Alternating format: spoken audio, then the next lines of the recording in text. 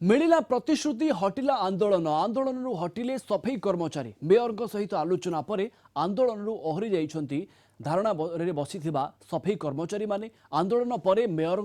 बासभवन रे बसिथिला बैठक आ बैठक रे आलोचना सफल होइथिबा खबर सामना को आसुची 2 दिन रे दाबी पूरण नहेले पुणी आंदोलन को ओल्हाइबाकू चेतावनी दिया जायछि। गत 13 तारिख रे दरमा वृद्धि सहित 2 दफा दाबी नहीं आंदोलन को ओल्हाइथिले शह शह संख्यार महिला और पुरुष सफाई कर्मचारी झाड़ू और ट्रॉली छाड़ी बीएमसी ऑफिस आगे धारणा रे बसिथिले। अलिया पृथकीकरण पई 15 दिन समय मागिछि बीएमसी।